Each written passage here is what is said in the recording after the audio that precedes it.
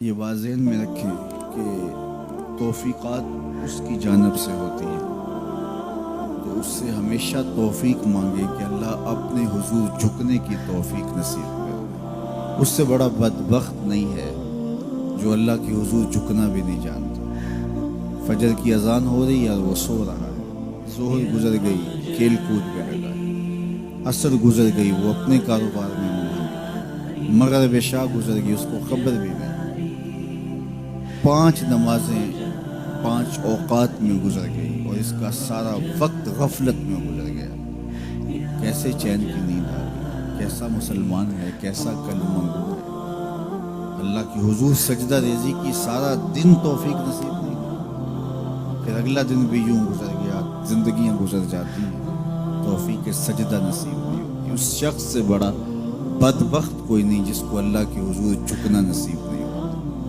اور یہ بات ذہن میں رکھیے گا، اللہ جب کسی سے ناراض ہوتا ہے تو رزق بند نہیں کرتا، اس کے لیے آب و دانے کی بندش نہیں کر دیتا، اس کے دیگر ضروریات روک نہیں لیتا، اس کو ہر کچھ بہم پہنچ رہا ہوتا ہے، لیکن اللہ کسی سے ناراض ہو سجدے کی توفیق چھین لیتا ہے۔ بندہ سمجھتا میں نماز نہیں پڑھتا، میاں تو کون ہے، تجھے توفیق سجدہ ہی نہیں دی، تو نے اللہ کو ناراض کر لیا، وہ تجھے اپنی چوکھٹ پہ بلاتا ہی نہیں، اپنی دہلیز پہ تمہیں حاضری کا اذن ہی نہیں دے رہا۔ تو اس سے معافی مانگو اور 5 گانا باجماعت نماز شعار زندگی بناؤ۔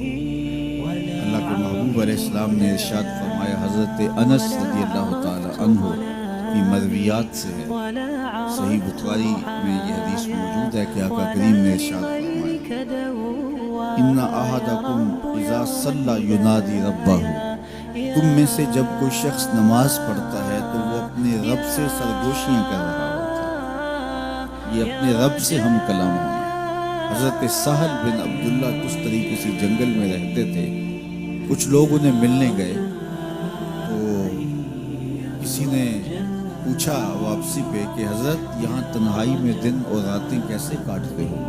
تو حضرت سہل نے کہا تمہیں کس نے کہا ہے میں تنہا رہتا ہوں؟ کہا کسی نے کیا کہنا تھا، ہم خود دیکھ رہے ہیں آپ تنہا ہیں۔ فرمایا تم نے غلط دیکھا، میرا جب اس سے باتیں کرنے کو جی چاہتا ہے تو میں نماز کے لیے کھڑا ہو جاتا ہوں، اور جب اس کی باتیں سننے کو جی چاہتا ہے تو قرآن کھول کے بیٹھ جاتا ہوں، کبھی اپنی سناتا رہتا ہوں کبھی اس کی سنتا رہتا ہوں۔ تمہیں کس نے کہا میں تنہا رہتا ہوں، میں تو دم دم اپنے رب کے ساتھ رہتا ہوں۔ تو جو نماز پڑھتا ہے وہ اپنے رب سے سرگوشیاں کرتا ہے، وہ اپنے رب سے بات کرتا ہے، اپنے رب سے ہم کلام ہوتا ہے۔ تو خوش نصیب لوگ جنہیں 5 گانا نماز نصیب ہوتی ہے، اور پھر اگر اس کے آداب کی رعایت کے ساتھ نصیب ہو، نماز پڑھنے کا جو انداز ہے وہ نصیب ہو جائے، جیسا کہ حدیث احسان میں ہے، جبریل امین نے حضور سے کچھ سوال کیے تھے، ان میں سے ایک سوال تھا حضور احسان کیا ہے؟ تو فرمایا تو اپنے رب کی عبادت اس طرح کرے کأنک تراہ، گویا تو اسے دیکھ رہا ہے، یہ تیری کیفیت ہو کہ تو اپنے رب کا دیدار کر رہا ہے۔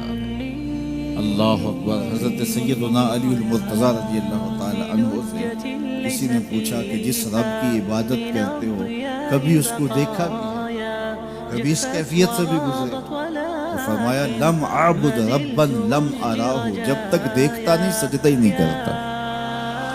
تو اپنے رب کی عبادت ایسے کرو کہ تم گویا اسے دیکھ رہے، اور اگر یہ کیفیت تمہاری پیدا نہیں ہوئی تو کم از کم اس کیفیت میں آؤ کہ تمہارا رب تمہیں دیکھ رہا ہے۔ اور یہ تصور بھی کون سا کم ہے کہ میرا مالک مجھے محبت کی نگاہ سے دیکھ رہا ہے، اس تصور میں سرشاری طاری ہو جاتی ہے کہ میرا مالک مجھے دیکھ رہا ہے۔ تو وہ انتہائی کیفیت ہے کہ اپنے رب کی عبادت اس طرح کرو کہ گویا تم اسے دیکھ رہے ہو، اور اگر وہ کیفیت طاری نہیں ہوتی تو اس کیفیت میں ڈوب جاؤ کہ وہ تمہیں دیکھ رہا ہے۔ اگر یہ کیفیت بھی نصیب ہو جائے تو نماز کی لذت نصیب ہو جائے، نماز کا سرور نصیب ہو جائے، نماز کا حظ پیدا ہو۔